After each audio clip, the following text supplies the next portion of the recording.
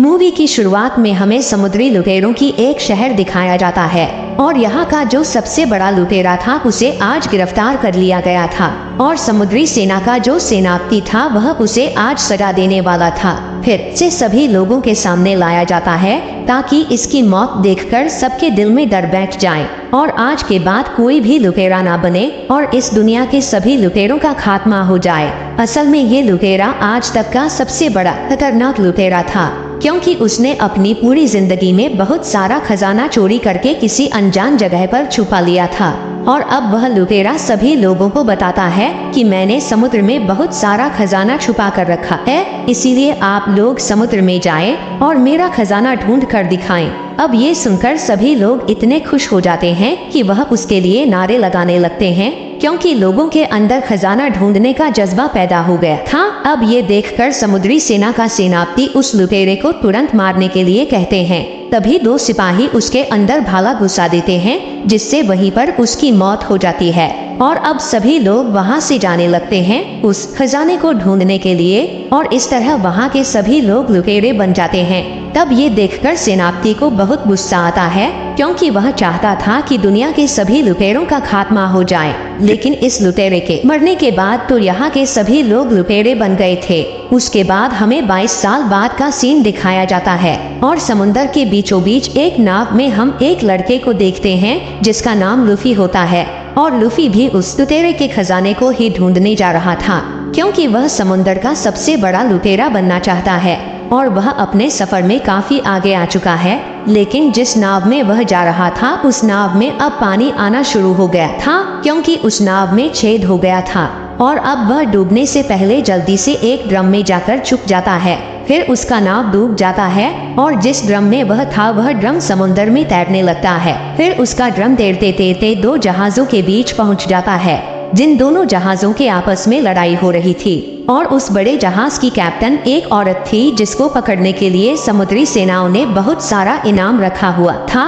फिर वह अपने साथियों के साथ मिलकर दूसरे जहाज के लोगों पर हमला कर देती है और एक एक करके उन्हें बुरी तरह मारकर बंदी बना लेती है और उन्हें अपनी जहाज में ले आती है और साथ ही उस जहाज का सारा सामान लूटकर अपने जहाज में लाने लगते हैं। तभी ये लोग उस ड्रम को भी उठाकर अपने जहाज में ले आते हैं जिसमें लूफी छुपा हुआ था। फिर जैसे ही रात होती है लूफी उस ड्रम से बाहर आ जाता है, लेकिन उसे बाहर आते हुए एक लड़का देख लेता है जो वहाँ पर कैदी था, जिसका नाम कोबी होता है और वह लूफी को देखकर काफी डर जाता है। तभी लूफी उसके मुंह पर हाथ रखकर उसे चुप कराता है और कहता है कि डरो मत, मैं तुम्हें कोई नुकसान नहीं पहुंचाऊंगा। उसके बाद लूफी उसे अपने बारे में बताता है कि मैं भी एक लुटेरा हूँ। तब कोबी कहता है कि तुम लुटेरे नहीं लगते क्योंकि तुम अच्छे दिख रहे हो, जिस पर लूफी कहता है कि नहीं, सारे लुटेरे एक जैसे नहीं होते, कुछ लुटेरे अच्छे भी होते हैं। और अब यहाँ पर लूफी का बचपन दिखाया जाता है।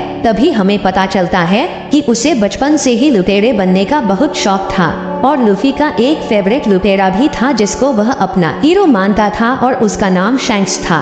और जब वह लुटेरा अपनी टीम के साथ वापस आता है तब लूफी उससे कहता है कि प्लीज मुझे भी अपने टीम में शामिल कर लीजिए ना, जिस पर वह कहता है कि बेटे तुम अभी छोटे हो और लुटेरा बनने के लिए अब तुम तैयार नहीं हो, क्योंकि ये काम बहुत खतरनाक होता है। तब ये सुनकर लूफी अपनी बहादुरी साबित के लिए जहाज के सबसे ऊंची जगह पर जाता है और सबका ध्यान अपनी तरफ करके एक चाकू अपने चेहरे पर घुसाकर निशाना बना लेता है, ताकि वह प्रूफ कर सके कि वह अब बच्चा नहीं रहा और लुटेरा बनने के लिए बिल्कुल तैयार है।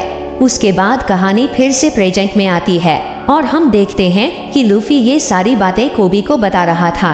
तब कोबी उससे पूछता है कि तुम लुटेरा बनने का सपना कैसे देख सकते हो, क्योंकि लुटेरा बनना इतना भी खास बात नहीं है। जिस पर लूफी कहता है कि नहीं, लुटेरा बनना बहुत अच्छा होता है, क्योंकि लुटेरा बनकर आप अपने साथियों के साथ समुंदर की सैर कर सकते हैं और एडवेंचर पर जा सकते हैं और लुटेरे अपने मर्जी का मालिक होते हैं और आजाद होते हैं। तब कोबी कहता है कि मैं भी आजाद होना चाहता हूँ, लेकिन जो इस जहाज के कैप्टन है उसने मुझे यहाँ पर कैद करके रखा है और वह मुझे कभी आजाद नहीं करेगी। उसके बाद कोबी लूफी को चुपके ऊपर लेकर जाता है और कहता है कि अभी सब सो रहे हैं तो तुम यहाँ से भाग जाओ। अब जब लूफी यहाँ से जा रहा था तो उसकी आहट से सब लोग नींद से जाग जाते हैं और कैप्टन भी यहाँ आ जाती है और उसे लगता है कि वो भी उसे धोखा दे रहा था और वह भी यहाँ से भाग रहा था, इसीलिए वह अपनी हथियार से उन दोनों पर हमला कर देती है। लेकिन उसकी एक भी बार उन दोनों को नहीं लगती क्योंकि लूफी का शरीर रबर जैसा था। फिर उन दोनों की लड़ाई में जहाज का भी टूट जाता है और जहाज में आग लग जाती है, जिसे देखकर कैप्टन गुस्से में आग बबूला हो जाती है और उसे कोबी पर गुस्सा आ रहा था, इसीलिए वह अपने हथियार से उस पर हमला करती है। लेकिन लूफी बीच में आकर कोबी को बचा लेता है और अब लूफी गुस्सा होकर कैप्टन को एक जोरदार मुक्का मारता है, जिससे वह बहुत दूर जाकर गिरती है और उसका काम तमाम हो जाता है। अब वह सारे लोग लूफी की ताकत को देखकर बहुत हैरान और काफी डर जाते हैं, इसीलिए वह सभी हार मान लेते हैं। फिर वही दूसरी तरफ हम एक तलवारबाज को देखते हैं जिसका नाम रोरोनोआ जोरो होता है और उसका काम होता है समुद्री लुटेरों को पकड़कर मारना। फिर तभी वहाँ एक आदमी आता है जो एक योद्धा था और वह रोरोनोआ जोरो को अपने साथ शामिल होने का प्रस्ताव देता है, लेकिन वह इसके लिए मना कर देता है। तब इनकार सुनकर वह योद्धा रोरोनोआ जोरो से लड़ने लग जाता है और उन दोनों के बीच एक खतरनाक फाइट शुरू हो जाती है। लेकिन आखिर में रोरोनोआ जोरो बड़ी ही आसानी से उस योद्धा को काट कर 2 टुकड़े कर देता है और इस तरह रोरोनोआ जोरो ये लड़ाई जीत जाता है। फिर वहीं दूसरी तरफ हम देखते हैं कि लूफी और कोबी उस जहाज से निकलकर एक छोटी सी नाव में बैठकर आगे बढ़ रहे थे और उन दोनों के बीच अच्छी दोस्ती भी हो जाती है। तब कोबी लूफी से पूछता है कि तुम्हारे पास ये लचीला होने की ताकत कैसे आया, जिस पर लूफी बताता है कि बचपन में जब कैप्टन शैंक्स ने मुझे अपनी टीम में शामिल करने से मना कर दिया था, तब मैंने गुस्से में आकर वहीं पर रख एक डेविल फ्रूट खा लिया था। उसके बाद जब कैप्टन शैंक्स ने मेरा हाथ पकड़ा तो मेरा हाथ रबड़ के जैसा लंबा होने लगा और तभी से मेरे पास ये रबड़ जैसी ताकत आ गई। उसके बाद कोबी पूछता है कि अब हम कहाँ जा रहे हैं, जिस पर लूफी उसे बताता है कि हम जा रहे हैं ग्रैंड लाइन पर, जहां उसी लुटेरे का खजाना छुपा हुआ है। तब कोबी पूछता है कि तुम्हें ग्रैंड लाइन का रास्ता पता है क्या, जिस पर लूफी जवाब देता है कि नहीं, मुझे नहीं पता। खैर, अब कोबी कहता है कि तुम्हारी तरह मेरा भी एक सपना है और मैं दरअसल नौसेना बनना चाहता हूँ ताकि कमजोर लोगों की मदद कर सकूँ। तब ये सुनकर लूफी कहता है कि तो फिर ठीक है, हम एक काम करते हैं, हम दोनों यहाँ से सीधा नौसेना दल में जाते हैं। मुझे वहाँ से ग्रैंड लाइन का नक्शा मिल जाएगा और तुम वहाँ पर नौसेना दल में भर्ती हो जाना। जिस पर वह लड़का मान जाता है और अब वह दोनों नौसेना दल की ओर जाने लगते हैं। और इसी बीच समुद्र में हम नामी नाम के एक लड़की को देखते हैं जो अपनी नाव में थी और काफी कमजोर दिख रही थी और तभी उसे वहाँ पर एक बड़ी नाव दिखाई देती है जिसके अंदर 2 लड़के थे। तब नामी उनसे मदद मांगती है, लेकिन तभी वह देखी है कि वह दोनों तो लुटेरे हैं, इसीलिए वह अपनी नाव में रखा हुआ बॉक्स को कपड़े से ढककर छुपाने की कोशिश करती है। तब ये देखकर वह दोनों लड़के अपनी नाव से उतरकर नामी के नाव में आ जाते हैं और उस बॉक्स को खोलने की कोशिश करते हैं, लेकिन उस बॉक्स में कुछ भी नहीं था। तब वह दोनों पीछे मुड़कर देखते हैं तो नामी उनका नाव चुराकर वहां से भाग जाती है, क्योंकि वह नाटक कर रही थी ताकि वह उनका नाव चुरा सके। उसके बाद नामी भी पास के नौसेना दल में पहुंच जाती है। उधर लूफी और कोबी एक होटल में बैठकर खाना खा रहे थे। तभी वहां पर वह तलवारबाज रोरोनोआ जोरो भी आ जाता है। तब एक बच्ची उसके लिए अपने हाथों से खाना बनाकर लाती है, लेकिन तभी यहाँ पर नौसेना कैप्टन का बदतमीज बेटा आ जाता है और वह उस बच्ची का खाना नीचे गिराकर कुचल देता है और उस बच्ची को काफी बुरा भला भी कहता है। तब बच्ची काफी दुखी हो जाती है, जो चीज रोरोनोआ जोरो को पसंद नहीं आती, इसीलिए वह उससे कहता है कि तुम इस बच्ची से माफी मांगो। जिस पर वह बदतमीज लड़का हंसते हुए कहता है कि ऐसा कभी नहीं होगा और वह अपनी तलवार निकालकर उसे लड़ने की चुनौती देता है, लेकिन रोरोनोआ जोरो उसे 2 बार में ही नीचे गिरा देता है। तब ये देखकर बाकी 9 सैनिक भी रोरोनोआ जोरो से लड़ने लगते हैं, लेकिन वह बड़ी ही आसानी से वहाँ के सभी 9 सैनिकों को एक एक करके मारकर नीचे गिरा देता है। तभी यहाँ नामी भी एक सैनिक को मारकर बेहोश कर देती है और उसे साइड में ले जाकर उसके कपड़े ले लेती है और वही रोरोनोआ जोरो उन सभी 9 सैनिकों को मार देता है। उसके बाद वह पकड़ता है 9 सैनिकों के कैप्टन के बेटे को। तब वह डर के मारे कहता है कि प्लीज मुझे मत मारो, मैं 9 सैनिकों के कप्तान का बेटा हूँ, तुम जो मांगोगे वह तुम्हें दे देंगे। तब ये सुनकर रोरोनोआ जोरो उसे लेकर उसके पिता कैप्टन के पास जाता है और वह उनसे उनके बेटे के बदले में इनाम मांगता है। लेकिन कप्तान कहते हैं कि तुम्हें इसके लिए इनाम तो नहीं मिलेगा, पर यहाँ आकर 9 सैनिकों के ऊपर हथ उठाने के लिए तुम्हें 7 दिनों के लिए यहाँ कैद रहना होगा। जिस पर रोरोनोआ जोरो कहता है कि अगर तुमने मुझे कैद करने की कोशिश की तो सबसे पहले तुम्हारा बेटा मरेगा। तब ये सुनकर कप्तान का बेटा भड़क जाता है और अपने पिता को कहता है कि डैड इसे मार दीजिए, लेकिन इसके पिता उसे ही मुक्का मारकर उसे दूर फेंक देते हैं। अब नौसेनाओं के कप्तान रोरोनोआ जोरो को कहता है कि तुम्हारी इस हरकत के लिए तुम्हें कोई भी सेना इनाम तो नहीं देगा, लेकिन अब तुम्हारे पास 2 ही रास्ते हैं, या तो तुम हमारे साथ मिलकर काम करो या फिर 7 दिनों के लिए हमारे यहाँ कैद हो जाओ। जिस पर रोरोनोआ जोरो कहता है कि मैं तुम्हारे साथ काम तो नहीं करूँगा, लेकिन हाँ मैं तुम्हारे पास 7 दिनों के लिए कैद रहूँगा। उसके बाद उसे वही बांधकर कैद कर लिया जाता है। फिर थोड़ी देर बाद यहाँ पर लूफी भी आ जाता है ग्रैंड लाइन के नक्शे को चुराने के लिए, पर तभी वह तलवारबाज को रस्सी से बंधा हुआ देखा है, इसीलिए वह उसकी रस्सियां खोलकर उसे आजाद कर देता है और वह जिस रास्ते से आया था वहां से ही वापस चला जाता है।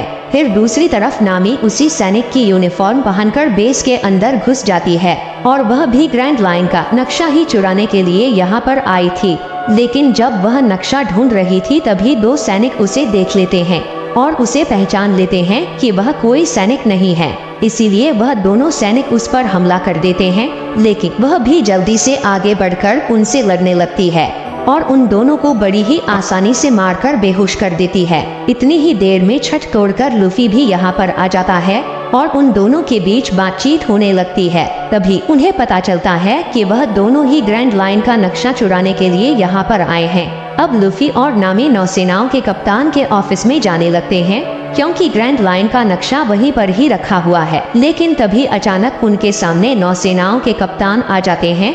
अब क्योंकि नामी ने सेना का यूनिफॉर्म पहना हुआ था, इसीलिए वह कप्तान से कहती है कि मैंने इस कैदी को अभी अभी कैद किया है और मैं इसी को ही जेल में डालने के लिए ले जा रही थी। जो सुनकर कप्तान यहाँ से चला जाता है, पर यहाँ हमने देखा कि नामी बहुत चालाक है क्योंकि उसने बड़े ही आसानी से कप्तान को उल्लू बना दिया और साथ ही उसने कप्तान के पास से उसके ऑफिस का चाबी भी चुरा लिया था। अब वह दोनों दरवाजे का ताला खोलकर अंदर घुस जाते हैं और अलग अलग होकर ग्रैंड लाइन का नक्शा ढूंढने लग जाते हैं। वहीं दूसरी तरफ नौसेनाओं का कप्तान उसी जगह पर आता है जहां पर वह दोनों ऑफिसर पड़े हुए थे जिन्हें अभी अभी नामी ने पीटा था। तब वह दोनों ऑफिसर कप्तान को बताते हैं कि ये सब उसी लाल बालों वाले लड़की ने किया है, जिसे सुनकर कप्तान समझ जाते हैं कि वह उसी के ऑफिस की तरफ गई है, इसीलिए वह यहाँ पर इमरजेंसी अलार्म बजा देता है। वहीं दूसरी तरफ लूफी और नामी को वह तिजोरी मिल गई थी जिसमें ग्रैंड लाइन का नक्शा रखा हुआ था, लेकिन लाख कोशिशें के बावजूद भी वह तिजोरी को नहीं खोल पाते। तभी बाहर नौसेना का कप्तान भी आ चुका था और वह दरवाजा पीटने लगता है और अब लूफी मजबूती से तिजोरी को पकड़कर जोर से खींचता है और नामी को साथ लेकर वहां से बाहर कूद जाता है और सही सलामत वह दोनों बाहर आ जाते हैं। लेकिन तभी नौसेनाओं के सैनिक वहां पर आकर उन्हें चारों तरफ से घेर लेते हैं, पर यहाँ लूफी और नामी बड़ी ही बहादुरी से उनका सामना करते हैं और एक एक करके उन्हें रोड से मारने लगते हैं। इसी दौरान वह तलवारबाज रोरोनोआ जोरो भी यहाँ पर आ जाता है और उन दोनों के साथ मिलकर नौसेनाओं से लड़ने लगता है और एक एक करके उन सैनिकों को मारकर ढेर कर देते हैं। पर तभी उन तीनों के सामने नौसेनाओं के कप्तान आ जाता है और वह अपने हाथ में लगे ब्लेड से उन पर हमला कर देता है।